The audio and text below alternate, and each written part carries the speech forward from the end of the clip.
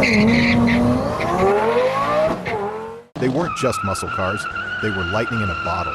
Built in microscopic numbers, packing outrageous power and vanishing almost as soon as they appeared, these ultra-rare 70s legends have become the ultimate prizes for collectors. Miss one, and you might never see it in person again. Top 1. 1970 Ford Torino, King Cobra. In 1970, Ford built something so outrageous it looked more like a spaceship than a streetcar. Sleek, low, and wearing a pointed nose that screamed NASCAR, the Torino King Cobra was never meant for your local dealership. It was meant to terrorize the high banks at 200 miles per hour. The King Cobra was born as Ford's secret weapon to dethrone the Plymouth Superbird and Dodge Daytona on the NASCAR superspeedways. Based on the Torino Talladega, it wore a radical, aerodynamic front end with a sloped nose cone, hidden headlights, and flush grillwork. The rear sported a fastback roofline to cut through the air, while the stance sat hunkered down over wide Goodyear rubber. Inside, it was pure Torino high-back vinyl bucket seats, wood-grain dash, floor console, and the same creature comforts as a streetcar because these prototypes were fully functional. Beneath the sheet metal sat Ford's fearsome 429 Cobra Jet V8, rated at 370 horsepower, paired with a 4-speed top-loader manual or C6 automatic. Only 3 King Cobras were ever built, making it one of the rarest muscle cars in history. 2 were 429 Cobra jet-powered street-spec prototypes, and 1 received the Boss 429 racing engine for testing. Each could sprint the quarter-mile in the low 14s, despite being tuned for top-speed stability, not drag racing. Today, surviving King Cobras are essentially priceless. The last auction estimate topped $500,000, but collectors agree they almost never change hands. More than a car, they are irreplaceable artifacts of a racing war that never happened. The King Cobra project was killed before full production, when NASCAR changed homologation rules and Ford pulled out of factory-backed racing. The 3 cars became legends, whispered about in collector circles for decades. Their blend of race-bred aero, big block muscle, and extreme rarity puts them at the very top of any Mopar vehicle conversation, proving that sometimes the most desirable cars are the ones the public never got to buy. And while Ford's King Cobra was too radical to reach showrooms, Dodge was quietly building a convertible E-body with a HEMI so rare only 9 customers ever drove one home, and it just might be the most elusive production Challenger ever built. Top 2. 1970 Dodge Challenger RT HEMI Convertible. In 1970, Dodge unleashed the Challenger as its entry into the pony car wars. Long, low, and dripping with attitude. But hidden in the order sheets was a combination so rare, so brutally powerful, that it would become one of the most coveted Mopars ever built. The RT HEMI Convertible. The Challenger RT was already a serious machine, with aggressive styling cues like the twin-scoop performance hood, bold RT stripes, and deep-set rally lights. The convertible version added an extra layer of swagger, top-down, exhaust rumble filling the air. Inside, it could be optioned with high-back vinyl bucket seats, wood-grain dash, full rally gauge cluster, and the slapstick shifter. Underneath the skin, heavy-duty suspension, front disc brakes, and beefed-up driveline components came standard with the RT package. But when a buyer checked the fabled R-code option, they got Chrysler's 426 cubic inch HEMI V8, a street legend. Rated at 425 gross horsepower and 490 pound-feet of torque, it was fed by dual 4-barrel carburetors and backed by either a 4-speed manual with a pistol grip shifter or a torque flight automatic. Here's the staggering truth: only 9 HEMI RT convertibles were built for the US market in 1970, making it rarer than many high-profile supercars. On the drag strip, these brutes could rip the quarter mile in the low 13s with traction and high 13s on street tires. Today, their value is astronomical. The few surviving examples have sold for well over $1.5 million, with concourse-quality restorations commanding even more. It's the perfect storm of desirability, E-body looks, drop-top glamour, and HEMI muscle in the smallest production run imaginable. The HEMI RT convertible was never meant for mass appeal. Its insurance premiums were punishing, fuel economy laughable, and price tag hefty. But for the handful of buyers who ordered one, it was the ultimate expression of Dodge's no-compromises performance ethos. Most lived hard lives on the street or the strip, and many were lost to accidents or neglect, which only adds to their mystique today. For collectors, it's the sort of car that, once acquired, rarely leaves their possession, a crown jewel in any Mopar stable. And while Dodge's topless HEMI was a thunderous bare-knuckle street brawler, Plymouth was crafting a convertible of its own, one with a HEMI heart, an even bolder personality, and a production number barely breaking double digits. Top 3, 1971, Plymouth, HEMI, Cuda convertible. Some muscle cars are rare. Some are fast, but a select few exist in numbers so tiny, with performance so extreme, they transcend the hobby entirely. The 1971 Plymouth HEMI Cuda convertible is one of those legends, a car so elusive it's become the holy grail of Mopar collecting. For 1971, Plymouth refreshed the E-body Cuda with a new grille, 4 headlamps, fender gills, and updated taillights, giving it a more aggressive, almost predatory stance. The convertible body style added glamour to the muscle, letting drivers feel every ounce of the HEMI's fury with the top down. Inside, the cabin could be dressed in high-back vinyl buckets, Rally instrument cluster, wood grain accents, and the pistol grip shifter for 4-speed cars. Underneath, heavy-duty suspension, power front disc brakes, and beefed-up drivetrain components came standard when you ordered the R-code 426 HEMI A Monster, rated at 425 gross horsepower and 490 pound-feet of torque, fed by dual Carter 4-barrel. Only 11 HEMI Cuda convertibles were built for 1971, making it one of the rarest production muscle cars ever. 6 of them were 4-speeds, the rest automatics. On the street, a well-driven example could run the quarter-mile in the low 13s, even on period tires. But here's the kicker. These cars are among the most valuable American muscle machines in existence. One famously sold at auction for $3.5 million, setting records and cementing its status as the Mopar crown jewel. With each example's ownership history meticulously documented, they're as much investment-grade artifacts as they are cars. The 71 HEMI Cuda convertible marked the end of an era. 1971 was the last year for the 426 HEMI in street cars, and the only year with the facelifted E-body design. Its combination of open-air driving, legendary engine, and minuscule production ensures that demand will always outstrip supply. Surviving cars are treasured in climate-controlled collections, rarely driven, and almost never offered for sale. For Mopar enthusiasts, even seeing one in person is a bucket list event. But while Plymouth's drop-top HEMI ruled the Mopar world, Pontiac had its own ultra-rare convertible in 1971 with a screaming Ram Air 4 under the hood, judge stripes on the flanks, and a build sheet that reads like a one-way ticket to collector superstardom. Top 4, 1970 Pontiac GTO Judge Ram Air 4 convertible. The GTO Judge was already a statement, wild colors, bold stripes, and Pontiac's unapologetic swagger. But in 1970, a tiny handful of buyers ordered theirs with a Ram Air 4 under the hood and the top that went down.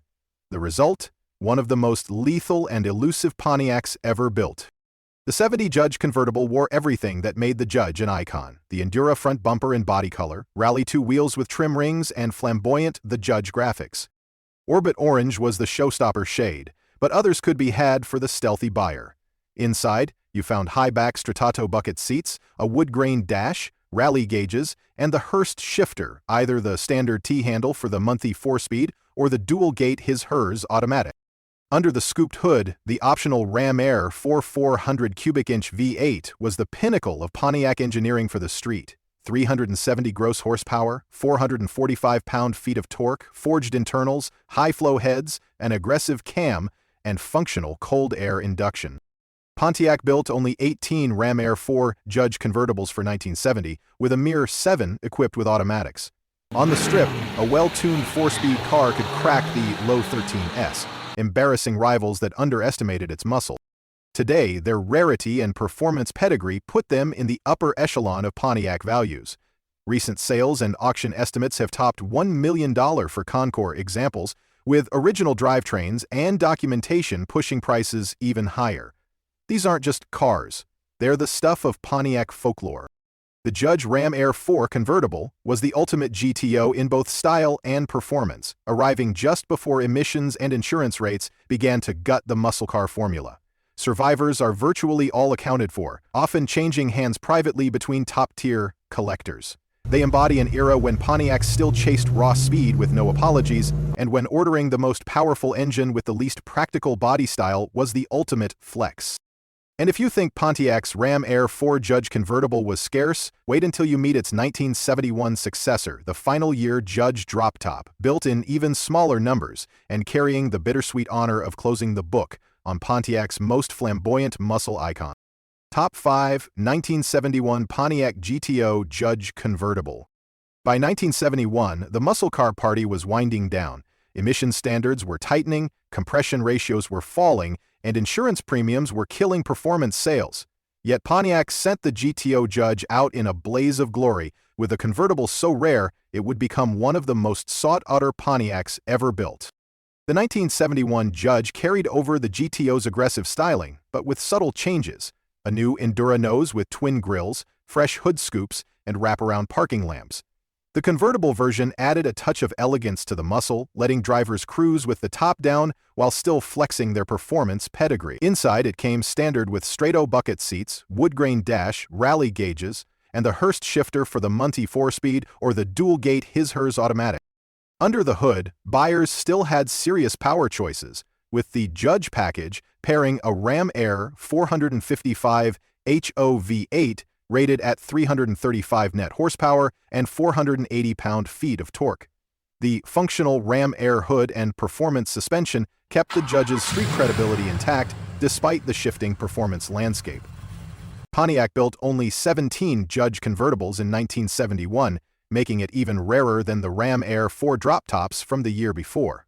With a 4-speed, the 455 HO could push the car through the quarter-mile in the low 14s, an impressive figure for the era's detuned engines. Values today are staggering. Pristine, numbers-matching examples with full documentation have crossed the $900,000 mark at high-profile auctions, and many are in long-term private ownership, where they may never be seen publicly again. The 71 Judge convertible marked the end. It was the final year for the Judge, the final gasp of Pontiac's most flamboyant muscle nameplate, and one of the last opportunities to order a high-compression big block in a convertible body. Its rarity, combined with the Judge's reputation and the 455 HO's torque-rich performance, makes it a crown jewel for Pontiac collectors. Many of the surviving 17 are restored to Concours level and travel only between shows and private collections, guarded like treasure. And while Pontiac's last Judge convertible bowed out with style and brute force, Chevrolet was busy offering a convertible of its own, one armed with the most feared LS code engine ever to come out of a bow tie factory. Top 6 1970 Chevrolet Chevelle SS 454 LS6 convertible. In 1970, the Chevelle SS was already a street legend, but when Chevrolet dropped the LS6 454 under the hood, the most powerful production big block they'd ever build, the SS became a monster. And in convertible form, it crossed into the realm of near myth, with numbers so low they've sparked decades of debate.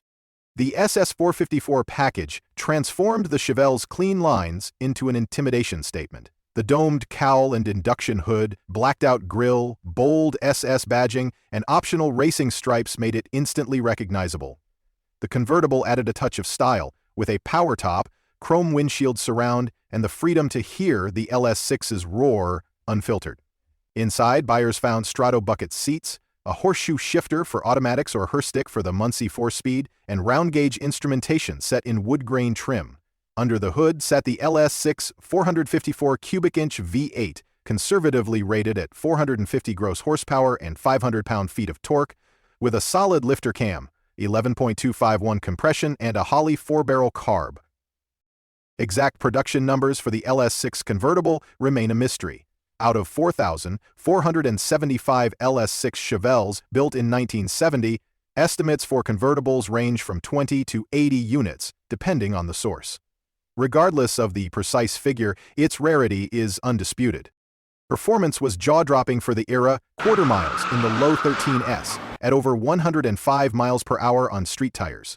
Today, verified LS6 convertibles are multi-six-figure cars with top condition, documented examples selling north of $500,000, especially when paired with a 4-speed. The LS6 convertible was the Chevelle at its absolute peak raw power, wrapped in a package you could drop the top on. But it was also a car built at the edge of the muscle car bubble. Within a year, compression would fall, emissions controls would rise, and the LS6 would vanish from the order sheet. Many LS6 convertibles were driven hard and disappeared from the radar, making survivors with factory documentation among the most prized Chevrolets in existence. And while Chevrolet's big block ragtop dominated the streets with brute force, Plymouth had its own high-winged, NASCAR-bred Missile One that was as outrageous to look at as it was devastatingly fast in a straight line. Top 7. 1970 Plymouth Superbird, 426, HEMI. If the Chevelle LS6 convertible was brute force in a tailored suit, the 1970 Plymouth Superbird was a full-on superhero costume. With its needle nose and towering rear wing, it wasn't built to blend in, it was built to win races and break speed records. Born to dominate NASCAR, the Superbird was Plymouth's answer to the Dodge Charger Daytona. Its most striking feature was the wind-cheating nose cone with pop-up headlights, paired with a massive rear wing engineered to keep the rear planted at high speeds. Wide front fenders, flushback glass, and bold graphics completed the aero warrior look. Inside, it was pure Plymouth B-body high-back vinyl bucket seats, wood-grain trim, rally gauges, and either a pistol-grip 4-speed or torque-flight automatic. Under the hood, buyers could choose the fearsome R-Code 426 HEMI, 125 gross horsepower, 190 pound-feet of torque, dual 4-barrel carburetors, and the hardware to run all day at triple-digit speeds. Out of the approximately 1,935 Superbirds produced, only 135 left the factory with the 426 HEMI, making them the rarest and most valuable of the breed. Quarter-mile times dipped into the low 13s with the 4-speed, but straight-line speed was only half the story. These cars were capable of pushing well past 180 miles per hour in NASCAR trim. Today, a well-documented HEMI Superbird commands $500,000 to $800,000, with the most original, low-mileage examples easily crossing the $1 million threshold. The Superbird's wild looks scared off some buyers in 1970, and many languished on dealer lots before being sold at steep discounts. But in the decades since, its outrageous design, motorsport pedigree, and HEMI rarity have made it a blue-chip collectible. Finding an untouched matching numbers example today is a near-impossible task, and restorations are judged down to the smallest detail, even the placement of the Roadrunner cartoon decals. And while Plymouth's Superbird ruled the high banks with sheer aero wizardry, Oldsmobile was quietly crafting a muscle convertible with drag-strip ferocity and just enough refinement to make it one of the most underappreciated big block brutes of the era. Top 8, 1970, Oldsmobile 442 W30 convertible. In the muscle car hierarchy, Oldsmobile's 442 was often seen as the refined gentleman's hot rod, comfortable, well-equipped, and quick. But when paired with the W30 performance package, especially in convertible form, it became a street predator so rare it's now one of the most coveted Oldsmobiles ever built. The 1974 142 wore bold styling, a split grille framed by quad headlights, power bulge hood with functional air scoops, and rally wheels shod in wide Goodyear polyglass tires. The convertible added top-down glamour with chrome accents highlighting the sculpted fenders, black and white. The W30 package took the performance formula to another level. Red inner fender wells, fiberglass hood with outside hood latches, aluminum intake manifold, and a hotter camshaft. Inside, buyers could choose Strato bucket seats or a bench, all wrapped in premium vinyl with wood-grain dash trim and rally instrumentation. Under the hood was the fire-breathing 455 cubic inch V8, conservatively rated at 370 gross horsepower and 500 pound-feet of torque. The W30 added a factory ram air system feeding cold air directly to the carburetor, delivering brutal mid-range punch. Out of all 1974 442s built, only 264 were W30 convertibles, and of those, a mere 96 came with the Muncie 4-speed, making them the most desirable configuration. Period tests showed quarter-mile times in the low 14s, with trap speeds over 100 miles per hour. Today, a documented numbers-matching W30 convertible can fetch $250,000 to $400,000, with rare colors or 4-speed cars climbing higher. The W30 convertible was the perfect mix of performance and luxury, a car you could daily drive in comfort, then take to the strip on weekends. But its rarity meant few people even knew it existed. Many were driven hard and lost to time, making survivors a top target for Oldsmobile fans and muscle car collectors alike. Restorations demand meticulous attention to detail, from the correct shade of red inner fenders to the proper carb tags and distributor numbers. And so our list of ultra-rare 70s muscle cars ends where it began, with machines built in such small numbers for such a short moment in time that their existence feels almost mythical. Yet, for the lucky few who own them, they are living, roaring reminders of the most daring decade in American performance history. The 70s muscle car scene was full of bold designs and big engines, but only a handful reached the pinnacle of rarity and desirability. These machines weren't just about speed, they were statements, built for a moment in time that can never be repeated. Today, they sit at the top of collectors' wish lists, commanding staggering prices and legendary status. Whether born from racing homologation, special performance packages, or sheer corporate audacity, each one tells a story of power, scarcity, and style. Which of these icons would you risk everything to own, and how far would you go to track down the ultimate unicorn?